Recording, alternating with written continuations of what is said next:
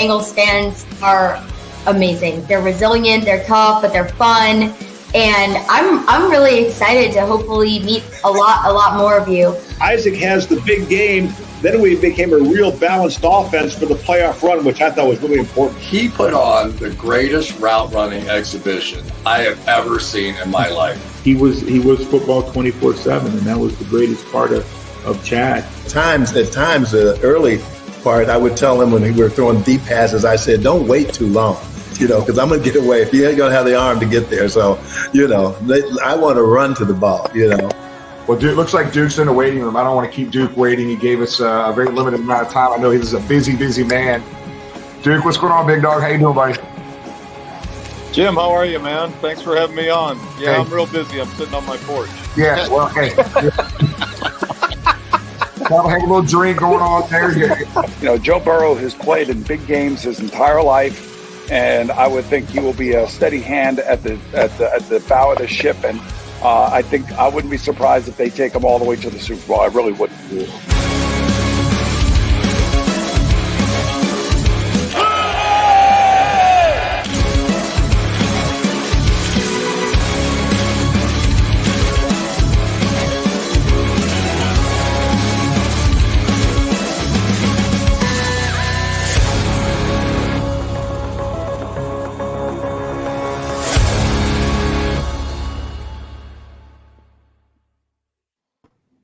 Happy 5-4, everybody. Welcome to another edition of Talking Football with Bengal Jim and friends.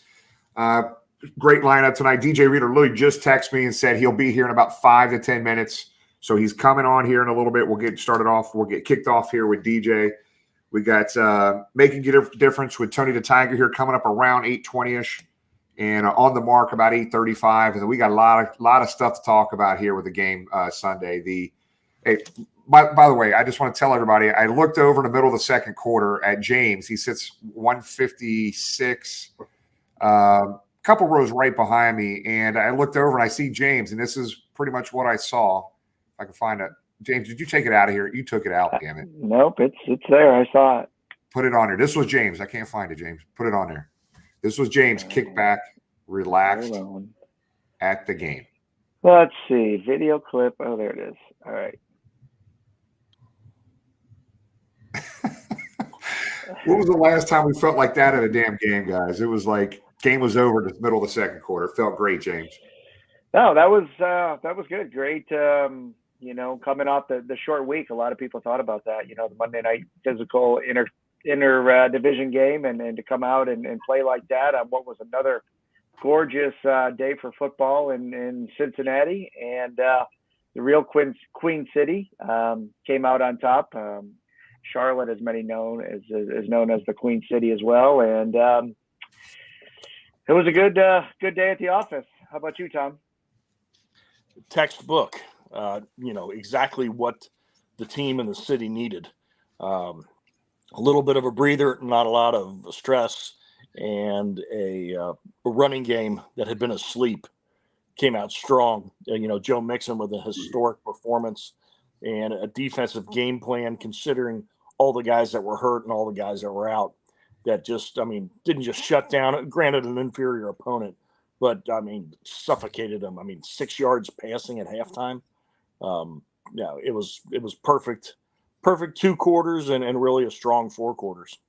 Right. Tony, I know he was having fun that day. Oh yeah, it was a relaxing game there after the second part of the game, and Tom, like you said, I think Mixon had something to prove, and I think he proved it. He's still there. He's still capable to do the things that he does. 5 touchdowns, got his 5,000 rushing yards, and then I also like seeing Allen come in. We haven't seen that all year, so that was a fresh air to see him come in and give Burrow a little break. We knew we had it under our belt at that point.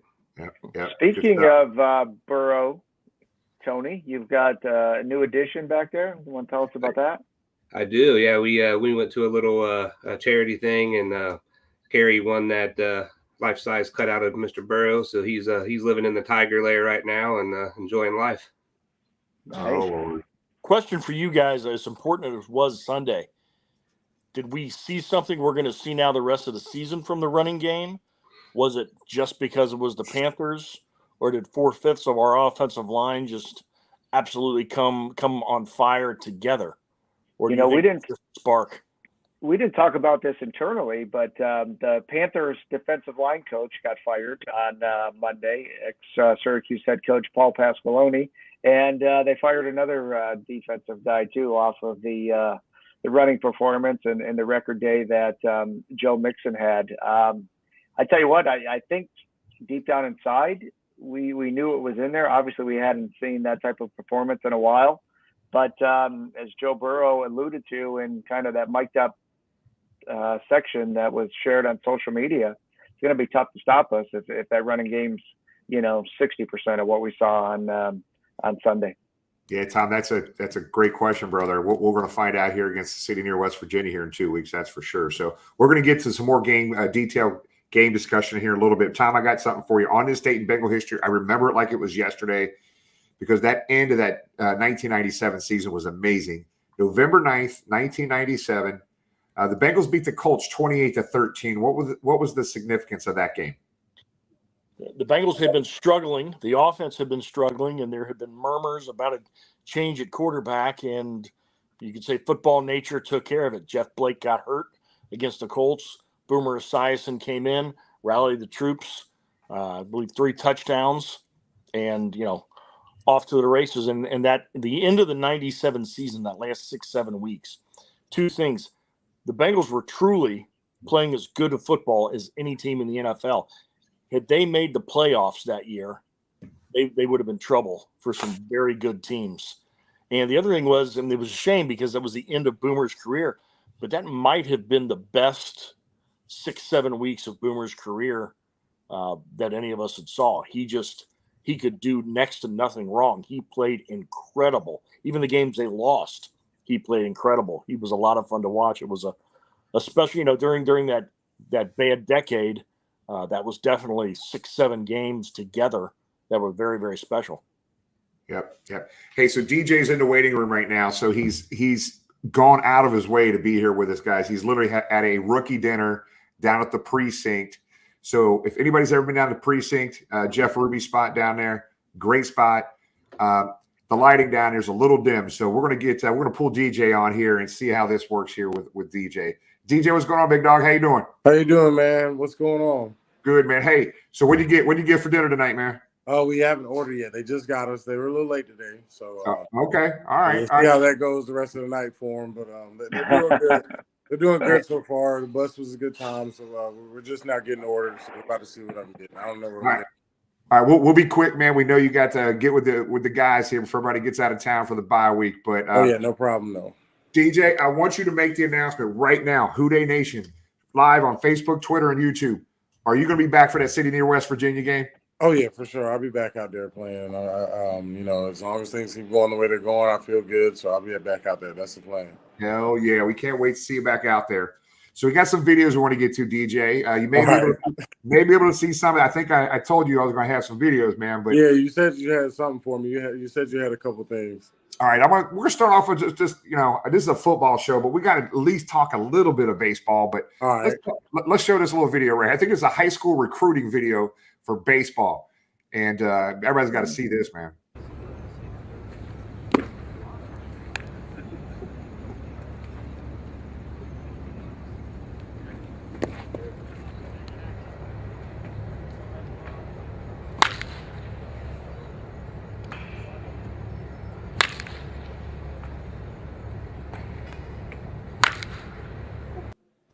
Hey, man, I'm kind of proud of you, man, keeping your hands inside, squaring that ball up, brother. You look good.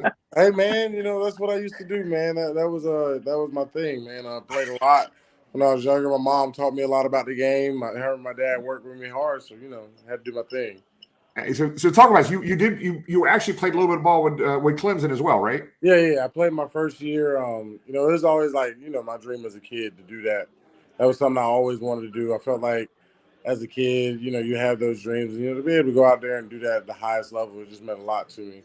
So I'm very thankful to the coaches and the staff for allowing me to do something like that. But, I played a lot as a kid, and I was overweight to play little pee-wee football. So they had weight limits and stuff. So baseball had no weight limits, so it was something I just always did. My mom played college softball, so I just kind of had it in my nature.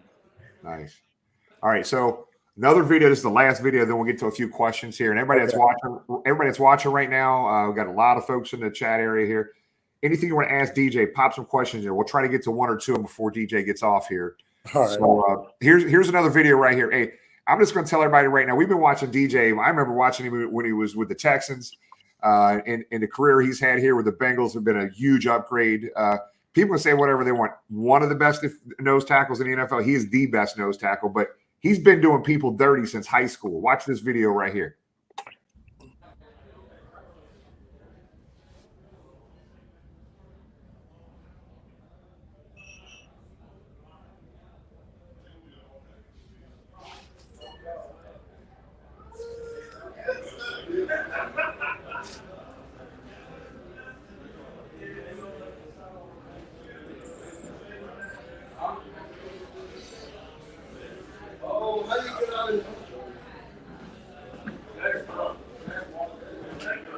What up, bro? All right, DJ. Talk. I mean, you played special teams, offensive line, defense. You were playing it all. Yeah, I had to do it all in high school, man. Unfortunately, I didn't win many games in high school, but I've always been a super competitive kid. And so, I felt like playing everything was just the best for me. I started as an offensive guard. I was a 3-star guard coming out of high school. Ended up transitioning D-tackle at Clemson. So I felt like that special teams, you just got to have that dog in your special teams. And I always felt it was the best opportunity to go out there and take it. Well, we're talking about Clemson, DJ, and we appreciate you joining us. Tell us what it was like to play under Dabo Swinney. Oh, man, Dabo, he's a great coach, man. He's a guy, he knows a lot about the game. And just the way he motivates is special. I don't think you can find too many guys that motivate that way and talk to you that way. And the way he believes in you, the way he tries to pull the best out of you, it's truly special. In the environment he creates a true family environment for his players to feel comfortable. They feel like they can come to him and talk to him about whatever, and that they feel like the program's going to take care of them. So he's a good coach to play for, and I'm glad I got to play the opportunity to play for him. Yeah, Tom, I know you had a couple. Yeah, DJ. First thing is seeing those videos from high school. There'd have been no way I would have played third base with you standing at the plate with an aluminum bat. No, absolutely not. Man, but one of the big things in you coming to Cincinnati, it wasn't just we were getting the best nose tackle in all of football. I mean, that's clear. We know how it is when we don't have you, like these last couple of weeks, and we know how important it is to have you. But you helped change the culture here, and you were known as such a good teammate in Houston by everybody down there. They just marveled at you. Can you talk a little bit about the guys that play around you and how you feed off each other? The Hendricksons, the Hubbards, the BJ, all those guys. I think we all bring something special to the table. I think Trey brings out that aggression that we need as a team, and then just him being able to rush the way he does, how athletic he is out there playing at the end of his size means a lot to our team. He's smart. Sam, he's just he's an old school football player who's just willing to do whatever for the team. You don't find too many guys built like BJ, and as hard working as a guy like Josh is. So I feel like, and we're all understanding. Nobody's ego is too big. I think everybody knows when it's an opportunity for you to be Batman, and not all times is your play for you to be Batman.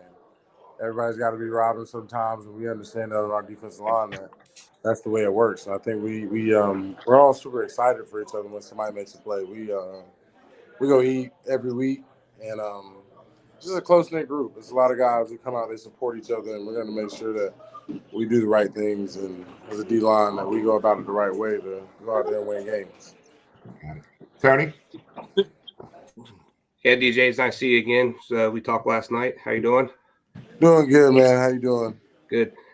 So last night we were able to attend your event. I'd like you to talk about your foundation, and also I do believe you received an award last night, if I recall. Yeah, man. I received the Lifetime Presidential Service Award, which meant a lot to me because it's something that's really special. All the service work you do to go out there and help people and what it's all about. And exactly ties into what my foundation is about. A son never forgets is something I started, in honor of my dad. It's a quote that he'd always tell me, ASNF, a son never forgets, and he never forgets where he comes from. He never forgets his people, the community that helped him, and he always does his opportunity to go back and help. So that was just always something that was on my mind, and I'm glad I got the opportunity to get in this position. I'm blessed enough by the powers above, by God, that to get in this position to be able to help and impact so many people. And, I'm just glad I can keep paying it forward and try to move the needle for, I was somebody who looks like me, a kid who has a dream like me and in any situation and just wants to make it out of that situation. So. Yeah, and I know Tony talked to you, DJ, but here at some point here next 2 or 3 weeks, I think we'll be working with you on that foundation for a week. We're going to be doing a fundraiser for a week to raise some dollars there for you, big dog. Man, I really appreciate that, man. Y'all the best for that. I appreciate it, man. We're going to kill you. Tom, you got one more? Yeah, I was just wondering from, now being here several years and hopefully many, many more, is there one divisional foe that you enjoy beating up on more than the others? I don't have one, but I haven't got the opportunity to beat Cleveland, and I'm itching for it. I was pretty sad that I wasn't out there the last game against them. So, that's a goal, and that's big for me. I think that's probably the biggest thing. You just don't want to have that somebody having that kind of clout over you or that feeling over you. So I think, we got to go out there. All of them are important. We got to win all of them down the stretch coming back up, and we got everything we want still right in front of us. So I think those other two we're gonna get after it. And I like playing those guys as a competitive game, but I think we owe a little bit to Cleveland. We're not gonna make it bigger than what it is, but it's big for us. We need to go out there and have a good game. Yeah. Okay, so we'll do one or two more here and let you get back to dinner here, DJ. But hey, real quick, man, just to let you know, man, we don't say that C word on the show. We call it the city near city up north. We don't even say their name. Okay, we don't even say their name. My bad. Not bad, man. No, I'm just like, hey, talk to us about Joe Mixon, man. How important a game that was and the energy he brought to the game. You were on the sideline watching this. We were in the stands watching it, man. But talk about our man Joe Mixon. Oh man, Joe, just for him to have that kind of a game, it's no secret that he hadn't been doing exactly what he wanted to do this year. And sometimes you go through those downs as a player, and you just need something to get you right. And you believe in who you are. We believe in him. We know he's special. He's a leader on our offense. He gets it going. He brings attitude, and he competes every day. He was the guy when I first showed up here, man. Me and him would go at it back and forth, just chirping back and forth. On me from the D line, him at the running back position, but he's real, and I appreciate him as a player. He's so athletic back there, and the way he runs the ball, it was only a matter of time for him to get going. And I was really happy to see him have a game like that, especially when you have one of the guys and they're not doing exactly what they want to do, you see it on their face. They're digging at it, they're eating at it. Yeah. For him to go out there and get 5, and you can feel he was hot. He felt like Joe again. A player needs that every now and then. I'm just glad he got it, man. It's good to see your brother that happen with you for your brother. Yeah, we'll finish with one more question, then a comment for you, man. Okay. I think Augie has a great question here from New York. Augie is asking, who was your biggest influence as far as role modeling your game, modeling your game up, growing in football and baseball too? I go. For football, I was a big Albert Hainsworth. I watched a lot of big Vince Wilfork film, and being having the opportunity to play with Vince and understand really that nose guard position, what it was, and how to play the ins and outs of it, how to think about what was coming, how to think defense, and honestly, playing under a guy like Romeo Cornell, who had so many great players and just taught me the basic knowledge of understanding what would come, He's just so smart. Him and Billy O just so smart on what get back on track, those type of things. Thinking football all the time. I felt like that really, really modeled my game. And then seeing guys like Richard Seymour and John Randall, those type of guys, just watching the way they get after and how they really push to the end. It's no quitting them. They're there for every play. you're gonna have to get after them every play, and you're gonna have to do something, and you know they're gonna be there. They might get got, but more often than not, you're gonna be the one that's getting got. So I've always enjoyed that about watching that guys, and I feel like there's a lot of young guys who I play with now that are really competitive. You know, you got the Kenny Clarks, the Vita Veas. There's a bunch of guys out there. Dexter, even watching the young guy who went to Clemson like Dexter Lawrence. I get to watch him all the time. Christian Wilkins. I get to watch those guys and take a little bit from their game too as well, and add it a little bit to my game, and just appreciate how competitive that position's gotten over the years. It's no longer a slug position. Like it's not that anymore. Guys out there playing technique and they're playing it every play for the better good of the team. So. In baseball, I was a big Barry guy. I'm a big Barry Bonds fan. He's my hero. Nobody can tell me any different. Of course, I love King Griffey. Everybody loves the swing man, but Barry's my guy, man. And I've always been a Barry Bonds fan. And there'll never be nothing like me and my dad watching a baseball game, watching Sam Fran play, hearing that ball come off the bat, immediately watching those two hands go in the air, man. And everybody in the bay chasing after it. So. That was the best thing to me. I think Barry's the best to ever do it, honestly, if you ever ask me. Yeah, I don't think too many people disagree with you on that, DJ. So last question, viewer question. James, pop this up, man. This is an important question. Okay. So go ahead and answer. Go ahead and let me find it again. Go ahead and put it up. Who's paying for dinner tonight, DJ? They ain't making you pay, are they?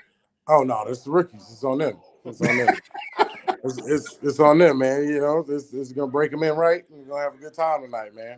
All right, man. Hey, we appreciate being on, Big Dog. Thanks for taking time away from the guys. Tell the boys, hey, we're thinking about them. We can't wait to see you on here in a few weeks against City near West Virginia. We're gonna have a hell of a second half, just like we did last year, buddy.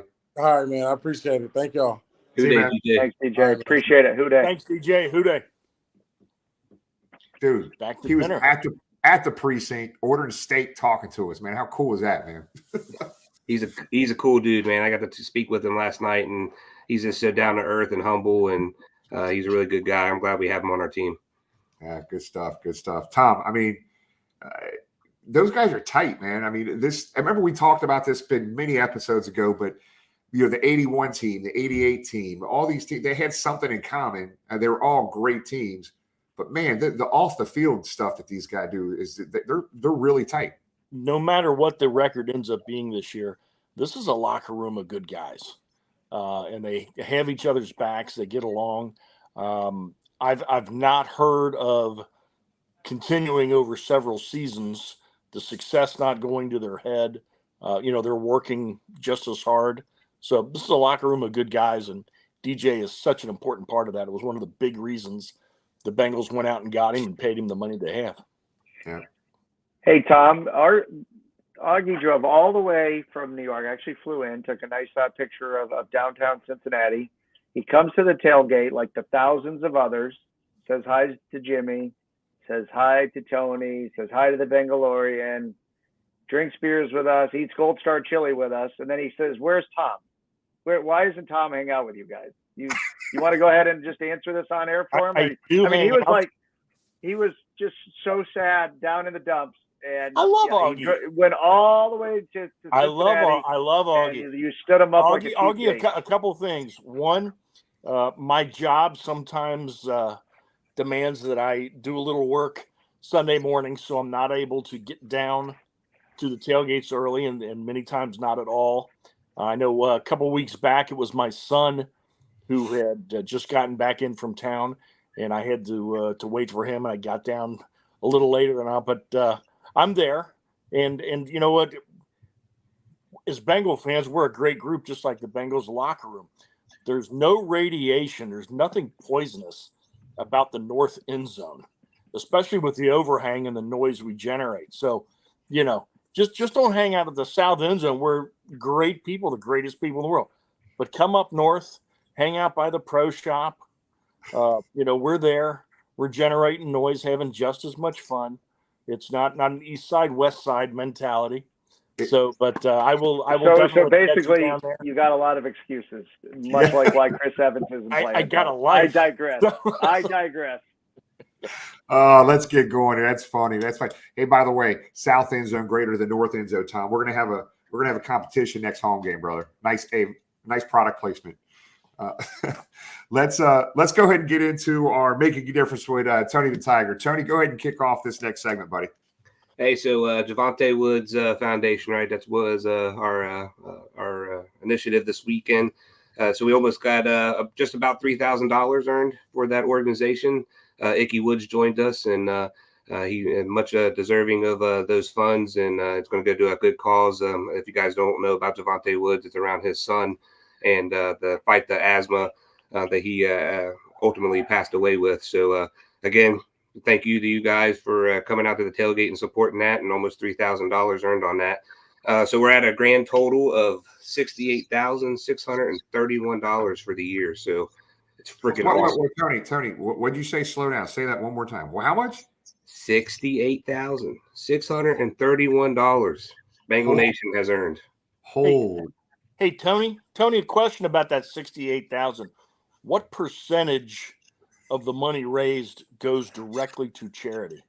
Oh, that's pretty easy. It's 100%, Tom. 100% of that money goes right to them charities. So, James, run those. Tony, you mean you're not buying a new car with that? Come on, man. No, not at all. So, yeah, we don't like to deal with that money, and we have them sent to the charities, and they're well benefiting of it. That is, and once again, 100% goes to the charities. And how many different charities have we helped thus far? That was number 14, 14 for the year so far this year. So we're doing really well, and it's only the bye week.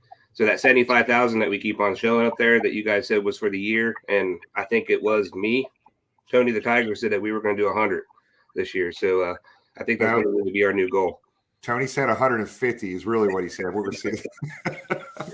No, but it's awesome. I mean, Bengal Nation is the one to thank. You guys come out and you support us. You do our duck races. You come to the tailgates. You know, we're just facilitators. We're just the PR people to help push the effort to get these charities the money they need, and it's all on you guys. And I'm blessed. I'm very humbled from the fact that you guys were able to raise this kind of money in such a short time. So I congrats to you guys. Yeah. So Tony, we got a duck race. I'm sorry, James. Go ahead.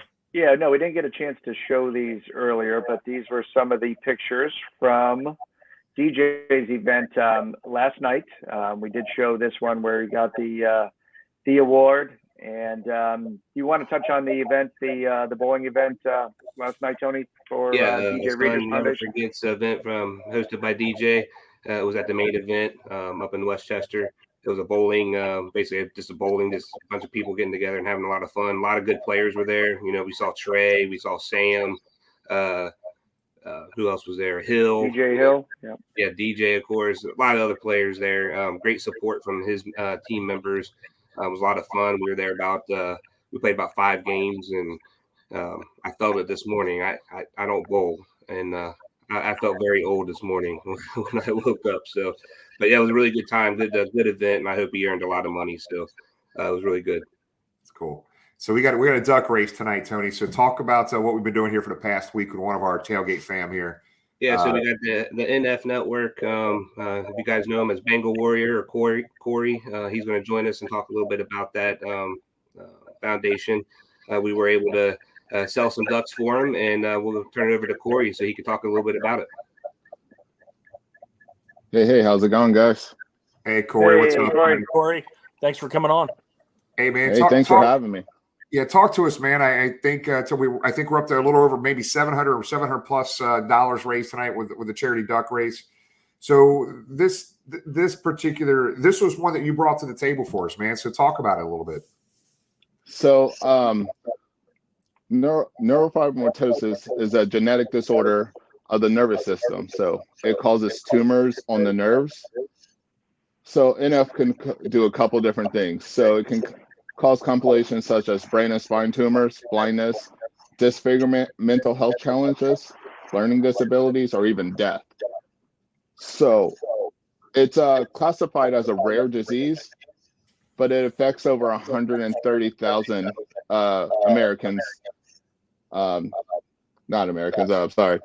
children at birth. And wow. It's so rare and so unique to every situation that there's not enough treatment and cure. There's no cure for it because we can't find enough treatments. So wow. just a little tidbit here. my nieces, Peyton, she's 11. She's a competition cheerleader, but she has 3 fibroid tumors on her head, which affects her brain. And then she also has a tumor on an optic nerve. But then you go to her younger sister, who's 5, and she has a totally different set of problems. She has a concave chest, which we have to monitor that so it doesn't press on her heart. And then she also has a bright spot on her brain and in her on her optic nerve as well. So even sisters from the same mother, it's so different that we can't find a treatment for it. So, wow. So, hey, Corey, look, man, I one thing, we've been doing this charity stuff for many, many years, and what always amazes me is that when these are things that before you brought it to the table, Corey, I had no idea what this was, man, and we learn a lot about these awful diseases and these awful things that are happening. And thanks for bringing this one to the table, because I had not heard of this one before. When we started talking a couple weeks ago, I looked it up and I was reading about it. If it wasn't for you bringing awareness to this particular situation, I would have never known, brother. And probably a lot of folks in the same boat that are watching right now. Yeah, absolutely. Like, their mother didn't even know about it until, her oldest is Peyton and she's 11. So at her 11-month checkup is when they first found it. And she's like, what is that? The founder of the NF network, she had no idea what it was until it affected her daughter. And that was before Google. So she said she had to go to like medical libraries to figure out what it was. So it's right. It's common, but it's rare and nobody knows about it. Gosh. Well, let's do it. Hey, look, man, $700 tonight is going to this foundation. Corey and Tony and all of us had set up a link directly to the charity. So we didn't touch the money. It goes directly to the charity. Tony, was 28 ducks, $700, something like that? Yeah, that's correct. $700 is what we were able to get today. Okay. So James, let's go ahead and kick this off. So the winner tonight is going to win I think it was a Chad Johnson jersey.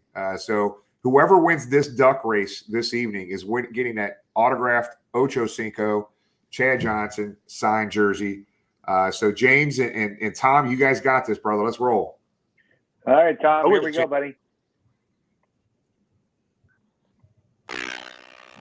Oh, and they're off in a disgusting fashion. But so there they go. Nobody taking charge early. I think the Donald Trump duck is trying to forge ahead here on midterm night. Rebecca Erickson's got a strong duck early, along with Adam Rosenberg. There's Brandon. I don't want to be in front too early. James, I mean, what are you see a duck that you're impressed with so far? Here comes the been there, dump that green duck of David Hitchcock. You will see a couple of the same names in there. Those people purchase multiple ducks, which is completely legal under the Bengal Jim and Tony the Tiger duck race rules. And coming down the stretch, Tom, who you got? Well, you don't want to be in front too early. Just as as they're passing the Ohio River, past the boathouse coming down to Paul Brown Stadium, it's Scuba Duck. It's Scuba Jim. Wait a minute. Oh, it's COVID Duck. Not Ward Burke. Oh, excuse me. Haley, don't get mad at me for adding that, but I just had to throw in a NASCAR name there. So congratulations to Haley for winning that Ocho Cinco jersey. So make sure you direct message us or Tony directly, and so we can get this jersey to you. Congratulations. And again, thanks so much, everybody, for supporting this this charity brought to everybody here by Corey, man. We appreciate you, big dog. Thanks again, man, for bringing awareness to this, because I had no idea until you brought it to our attention, buddy. Well, I appreciate you guys for letting me come on here and talk about it for a little bit. Special thanks to Tony. He's been a real big help setting all this up, so I appreciate that. Yeah, good day, buddy. Tell the fam we said hey, buddy. We look forward to seeing you guys down there at the City near West Virginia tailgate, brother. Yes, sir. Who they guys? Oh, I'm sorry. 3 weeks. I'm sorry. I'm thinking December 4th, the next home game. My bad. Jeez, Pete, I'm getting all messed up on this stuff. Haley Burton, not Ward. 1. Oh, message directly. Yeah, very cool stuff. Very cool stuff. So, Tony, a few more things we want to hit on in charity. Then we're going to get into the on the mark, and then we got some game stuff to talk about as well. Yeah. So next, this coming up Sunday, we have our League for Animal Welfare Foaling Tournament at the Foaling Warehouse. It's a good event. We're trying to earn some good money for those animals. It's a good organization. It's a no-kill facility. Offers housing as well as adoption. So we're looking for you guys to sign up for some teams. It's $50 a team. We have some really great prizes. We got some shoes donated from Devin. He'll custom them up however you want to have them done. We got some jerseys, Trey Henderson jerseys for some winners, and also some T. Higgins signed footballs. And of course, we'll have some raffles and door prizes and all kinds of good stuff like that. So I hope everyone can come out and join us and enjoy the bye week. We'll have some football on. We'll have some beers flowing, and we'll just have a good time with each other. Yeah, and just to be for clarity, look, if you don't want to participate in the foaling tournament, you don't have to.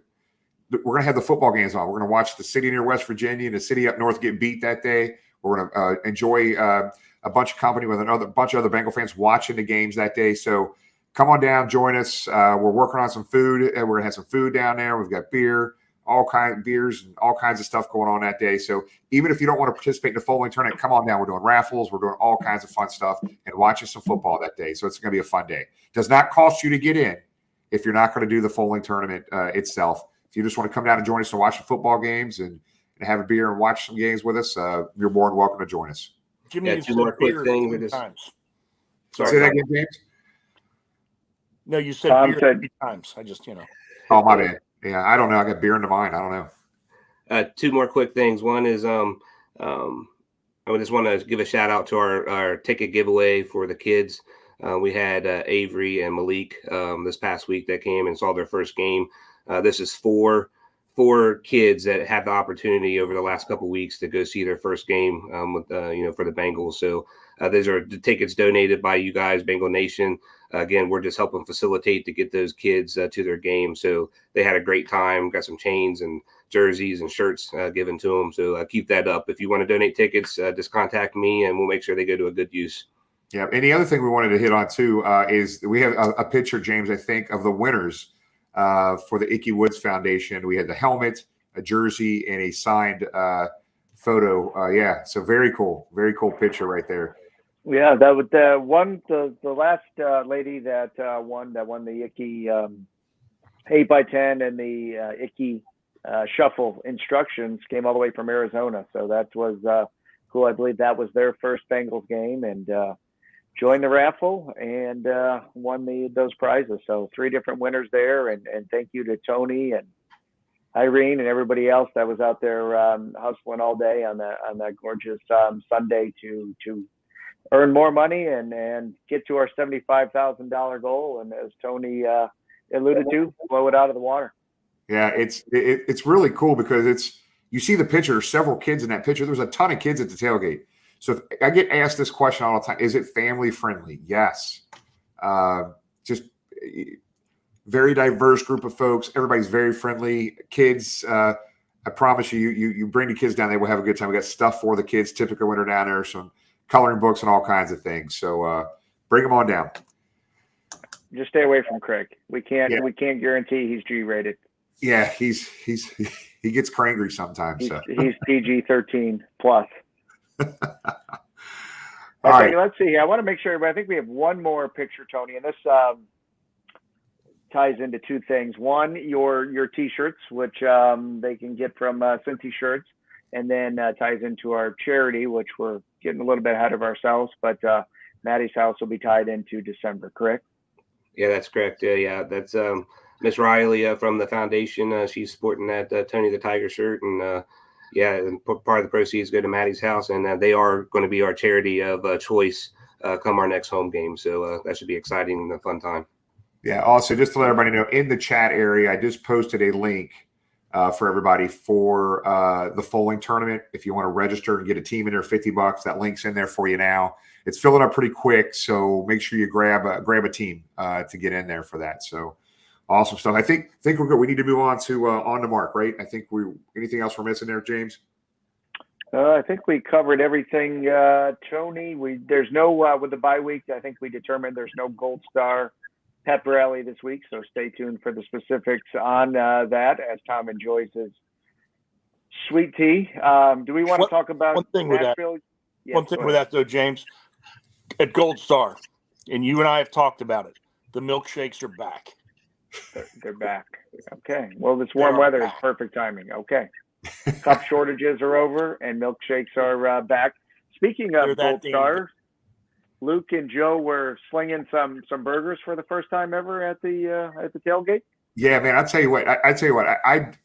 I'm going to do this right now, man. Everybody that pulls off, that makes this tailgate happen, unbelievable job. Thank you from the bottom of our heart. I mean, it is we had a dozen or so volunteers to help that signed up. Luke and Joe were grilling for hours. Hamburgers, dogs. We had 800 conies and a couple hundred burgers. And Joe and Luke were there early, 8 o'clock, 7:30, 8 o'clock, throwing stuff on the grill, getting stuff ready by the time the tailgate opened. We appreciate everybody that participates and helps, because it takes a huge family to pull off what everybody pulled off this past week. A good 1,500 plus easy. And we're going to show a video here in a minute of that actual crowd. If you've never been down, you're going to want to check this video out. So let's bring on Bougie Mark. Lisa's nickname for Mark is Bougie Mark. He likes stopping at Starbucks coffee in the morning and grabbing his coffee on the way to the game. So Mark, what's going on, brother? Tee up your segment here, buddy. Hey, what's going on, guys? And before we get started, I just want to say how excited I was to see DJ Reader on the show. When he signed with the Bengals, it was extremely important to me because when I think back to the previous regime and a few of our losses, big games and playoff games, we've allowed other teams to absolutely just maul us on the ground and, just basically out physical us. So, it was really special to be able to see last year us go to the number 1 seed. And, you have Derrick Henry and all this talk about how we're going to get trounced, and we, just basically out physical their team, which is a big deal. So it was, really excited to have DJ back, and great that he'll be back for the Pittsburgh game. As far as on the mark, man, it was a beautiful day Sunday, absolutely gorgeous. One of the best times I've had down there. I feel like I say that every week, but it's like every week it gets better. So in the video this week, we have some footage from it was Liberty Township Gold Star on Wednesday at the pep rally, and then just an awesome video of just having a good time on Sunday. We had a large contingent of UK visitors. A lot of for the first time came over, saw the first game. It was just a great day, absolutely great day. My family came down. If you're ever worried about kids, yes, my family comes down all the time. So it was just a really fun time. Well, here we go, Mark. Let's kick it off. I've watched this segment 4 times, this video 4 times, because I love it. So here we go.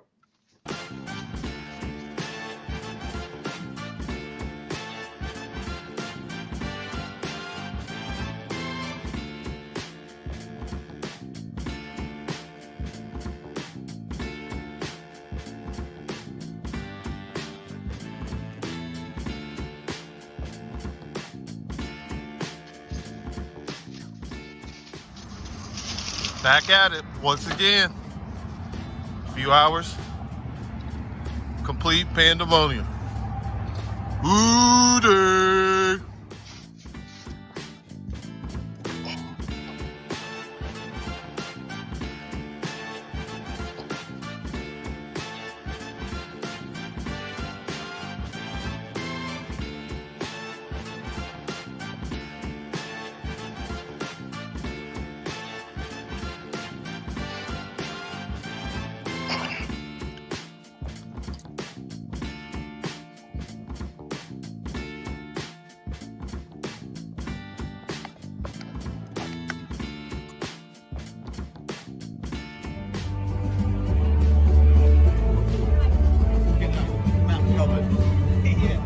Let me get a hooday.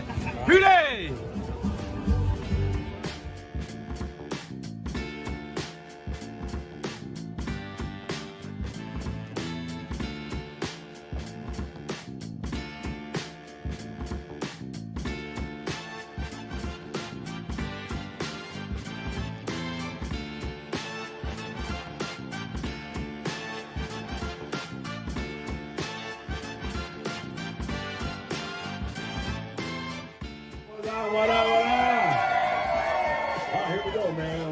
three. 1, 2, 3. Hooray!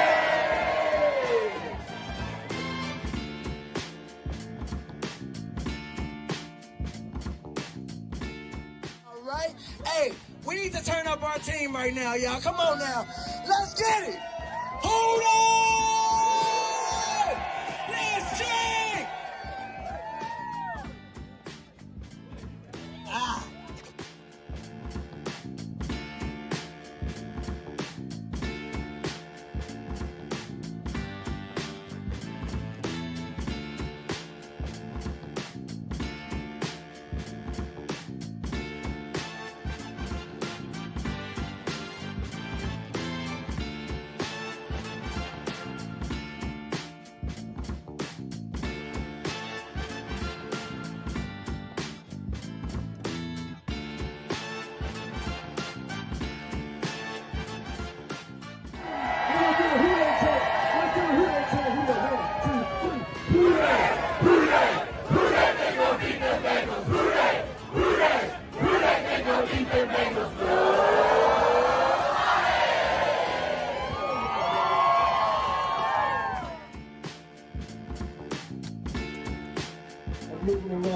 So we are fortunate enough we were able to donate over 100,000 to Cincinnati's children. We've been able to do some great things and give kids going off to college some scholarships. So we're doing some great things in my son's name. And all that wouldn't be possible if it wasn't for people like you who donate to the foundation. So I'd like to thank you all for helping us.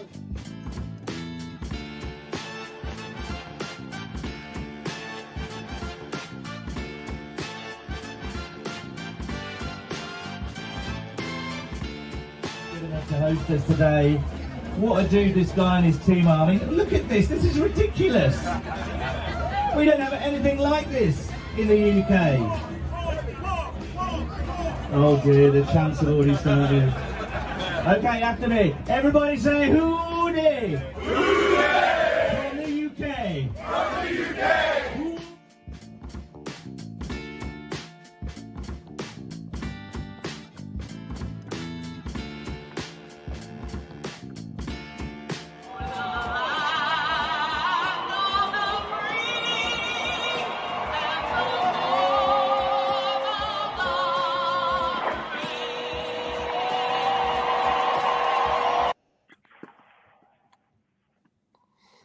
Man, Mark, I know that last one, I edited it and cut that thing off, I think, man. But that was awesome stuff there, brother. You captured the tailgate, everything very well that game. It was awesome. Thank you. Also, I'll just say I'm not sure if there was extra vodka, but it felt like we did about 15 Bengals bombs on Sunday. Craig had him flowing. He had his Dukes of Hazzard General Lee little speaker there announcing him. I don't think he could hit that button fast enough. He just wanted to make him as fast as he could just so he could keep hitting that button. But, Mark, I think that encompassed pregame and the game atmosphere perfect. I mean, it seemed like a revolving door of stars that we had down there that started with Fulcher, with our Bengals UK guest, with the one person you missed was Mike DeWine, correct?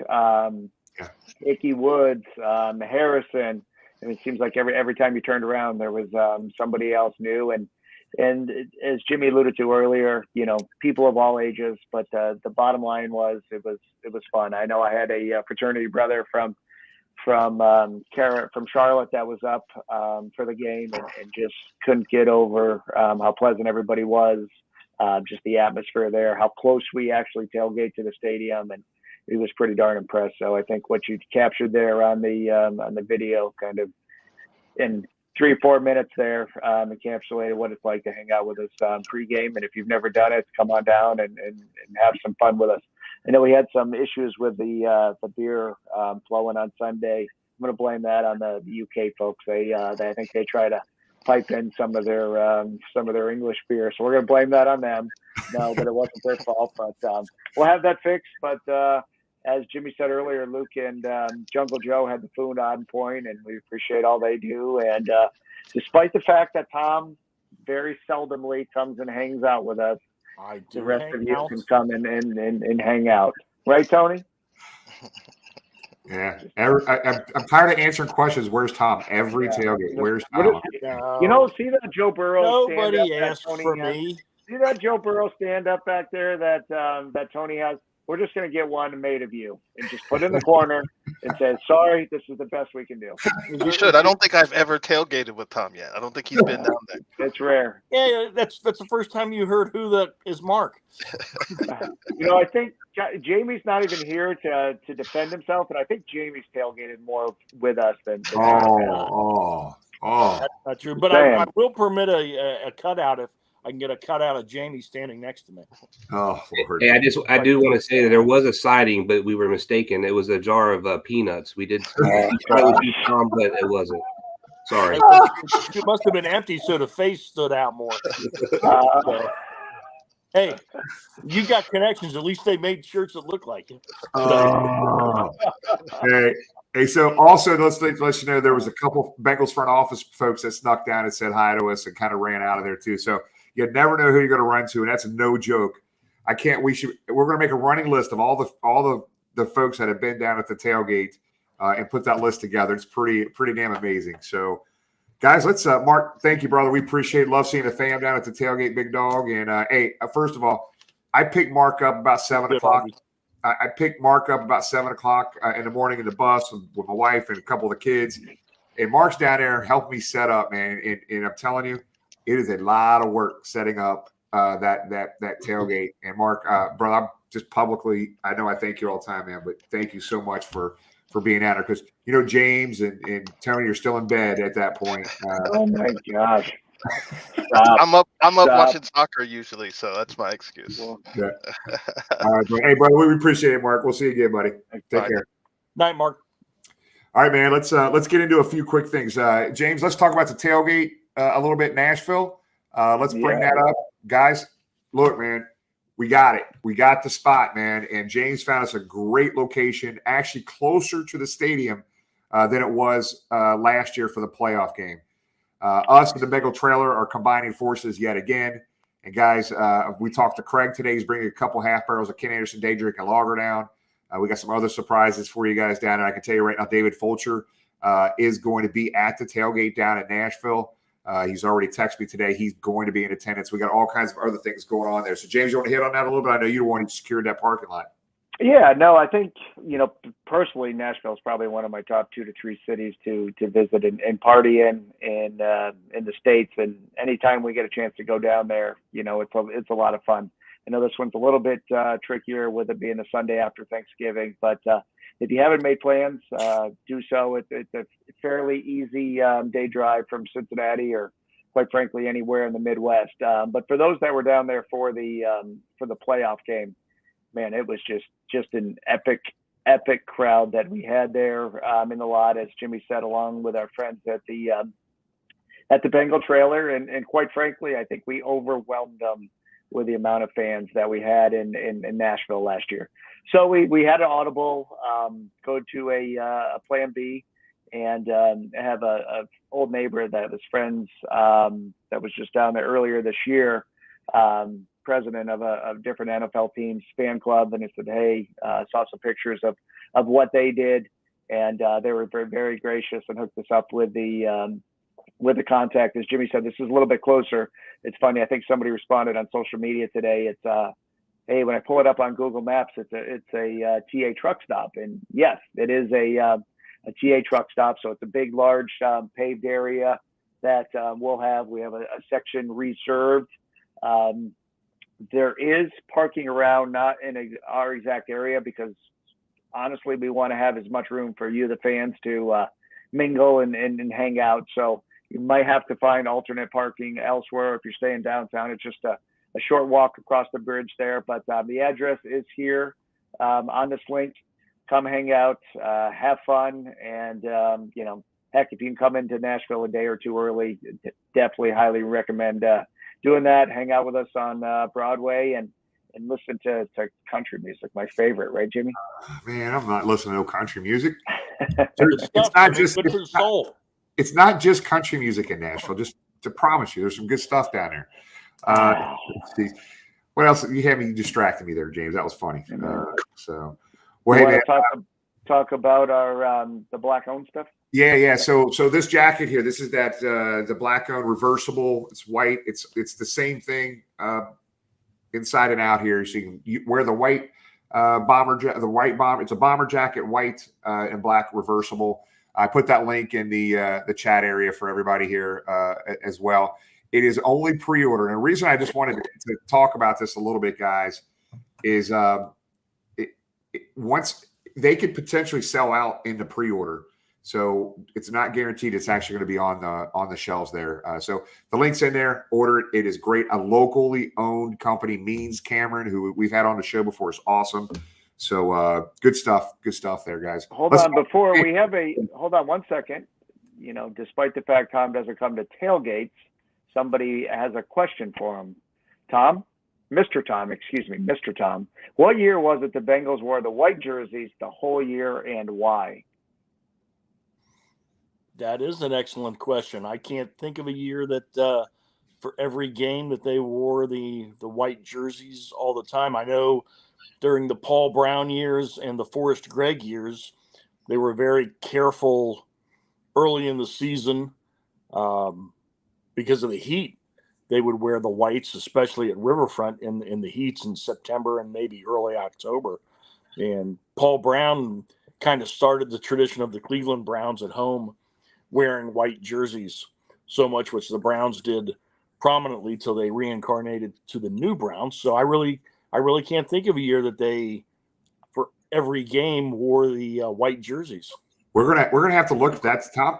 We're gonna have to look that up. I don't either. I don't think if that's something that happened, I didn't know about it. That's interesting. So I know in 1970, it seemed like, deep into the season of when you watch the highlights, that they're wearing the white jerseys a lot at home. But even that year, I know they wore the black up and when they played Cleveland. And I think they wore the black jerseys maybe in the playoff game. Or that wouldn't make sense. But I can't think of a year that they wore the white jerseys the whole year. Right. So, Tom, let's talk about the game here for a little bit, man. I know we talked about it, start the show off before DJ came on the first 5 minutes, but I want to dig a little bit more into this thing, and I would love everybody's comments on this. Is the running game that we saw Sunday is what we're going to see for the rest of the year? Because I think what was the comment Joe Burrow made, Tom? I think was on social media everywhere. But what was his comment? I think James had it verbatim earlier, but it's pretty much that if we run the ball like that, they'll be impossible to stop, and it's very true.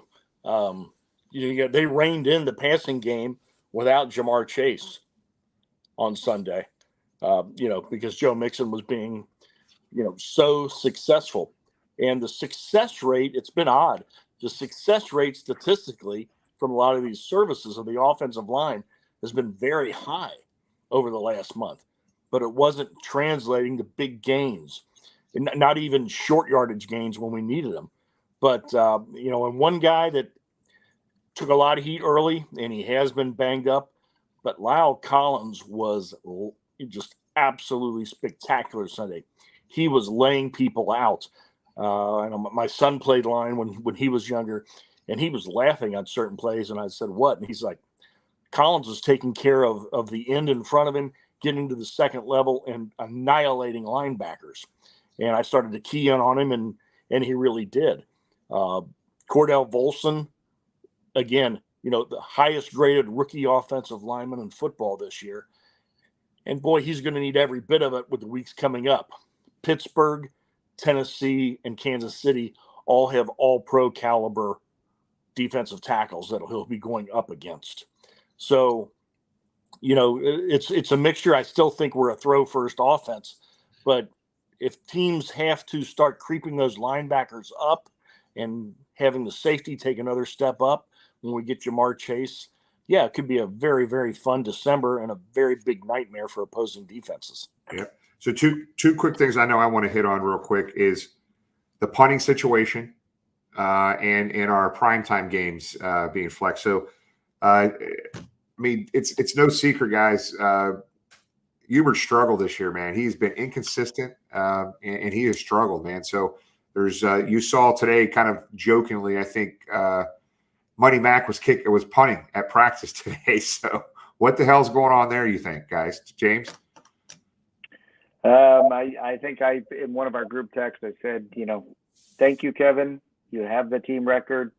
Now it's just right off into the sunset. And, you hate to say that, but it's what have you done for me lately? And unfortunately, the punting game hasn't what's the term, changed fields for us. Hasn't been a game changer for us in that aspect. So, unfortunately, it's time if we're probably going to make the change, for this going into the second half of the season, going into the bye week, leading up to the game next week will be the time to do it. So, Darren Simmons has coached a lot more football than me. I trust him and his judgment. I'm sure Zach's going to have some say in that, but I wouldn't be surprised if we see a new kicker come out. I think somebody also posted video again of Drew warming up pregame on Sunday as well. I can't remember a time that's happened in the past. I think that was 2 home games that we know of. He's out there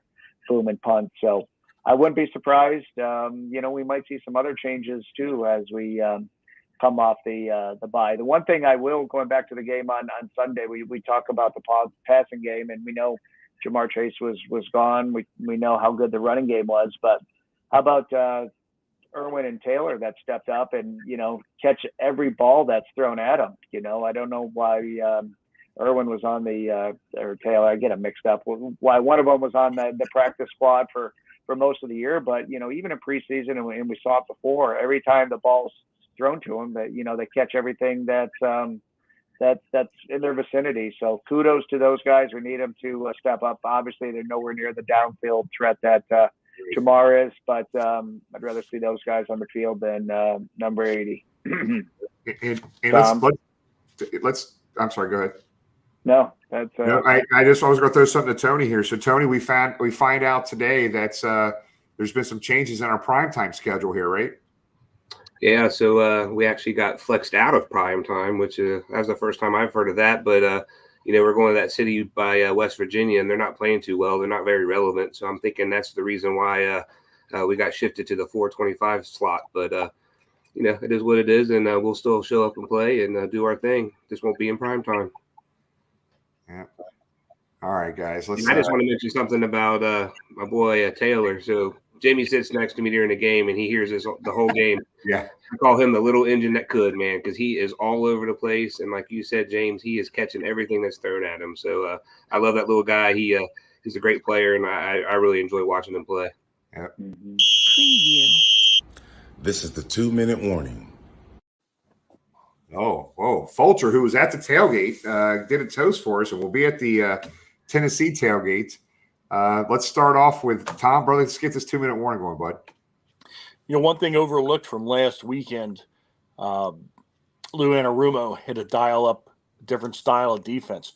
And I was contacted, I had a little bit of conversation with Ben Baby about this, and that is the Bengals are very man-heavy in their defensive backfield coverage. They played some cover two, quite a bit of cover two. It confused the Panthers. It stifled the Panthers. He dialed up just what we needed. So hopefully with getting a healthy DJ Reader back and getting guys better, getting Mike Hilton back, and, whoever suggested that Mike Hilton pull a Ronnie Lott and amputate his finger so he could play, no, that's not going to happen, nor should it happen.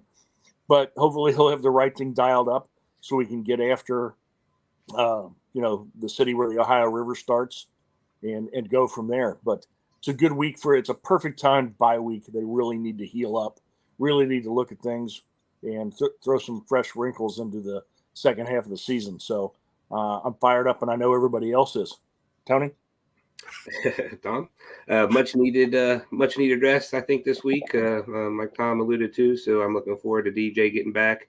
Kind of concerned about the whole punting situation as we've been discussing, because we also got that holder situation that we got to think about too, is Hubert just really being held because of his ability to hold that ball. But again, Money Mac's been kind of inconsistent too on some of those plays as well. I think we'll go in the city by West Virginia, get Reader back. We'll show them who we are, and I think we'll have a really good game, and we'll come home with a win. Absolutely. James? Tom alluded to what Lou Amaru has done. A couple of years ago, we would have packed his bags and shipped him out of town. As we know, yesterday the Colts head coach opening or head coach position came open yesterday, and on the short list, Lou was on there. So, as we continue to win, as our defense continues to excel, we're going to see some of our coaches get looked at, and that just means, we're on the positive side and going up, which is good. I think he had an interview last year with the Giants, and his name's already mentioned. So, we'll see what transpires from that, but let's hope that those defenses continue. We heard here first on Bengal Gyms that DJ Reader, as things progress, will be back for the game at 4:25 next Sunday, not this Sunday, next Sunday. So breaking news here on Bengal Gym. So thank you to DJ for sharing that. But what a fun time it was Sunday. Just gorgeous weather. We want to thank all of our friends, Cincinnati Music Accelerator, DJ Chubb, Betfred Sportsbook, Cold Star Chili, Cincy Beer Fest, 16 Lots. Man, it was just a fun time down there. Who's who, everybody just enjoying themselves pregame, and that's what the tailgate has always been, and it just seems like it gets better every time. The charity work that Tony does, all the people that volunteer to do that, we appreciate all you do, and it's going to be kind of sad and a lonesome Sunday here without any football. But as we talked about, get signed up for that bowling event if you're in Cincinnati. I'm going to pop this back up on the screen. Still some spots available.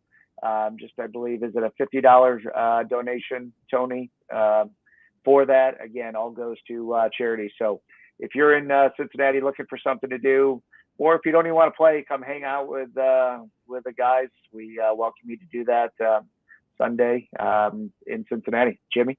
Yeah, man. Thanks, man. Yeah, I think you hit some. Make sure, I can't remember who you hit there. Camp Washington Chili. I want to thank those guys again. And we had a first-time sponsor at the tailgate, James. Hank's Pizza bought 50-plus large pizzas down. It was awesome pizza. I think Hank's is located in Dayton. If you're up in the Dayton area, have never tried Hank's, make sure you get up there because it was outstanding pizza. It was a lot of pizza pie, boy, that the guys, everybody went through at the tailgate. The Foaling tournament, also Harrison, the comedian, was great. His pregame prayer was hilarious. So I really appreciate everybody stepping up and being part of this and making this more and more fun every single week. And guys, remember when we lost that last game before, social media for 3 or 4 days was just on fire. We're never going to make the playoffs. We stink. And all of a sudden now we just blow out the Panthers with a lot of our starters not playing on defense.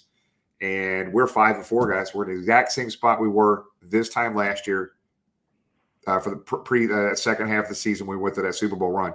Guys, it can happen. It can absolutely happen. We got to keep Joe Burrow upright, keep him healthy, and get this team, get some of these guys back on the field that haven't been playing for the past few weeks because of injuries. So I'm looking forward to the second half of the season, guys. Let's get on another Super Bowl run. Hope you can join us down at the Foaling tournament, this fundraiser this Sunday, and have fun with us. But we will see you guys Houday, and we'll see you next Tuesday. Oh, real quick, massive guest. Let me see if I can't say he or she because that might give it away. Let's see. Not yet, but we've got several guests lined up for the next few weeks, and you're going to enjoy it as much as you did with DJ Reader. Trust me, we got some big names coming up you're going to have a lot of fun with. We appreciate everybody. Thanks for watching. Houday.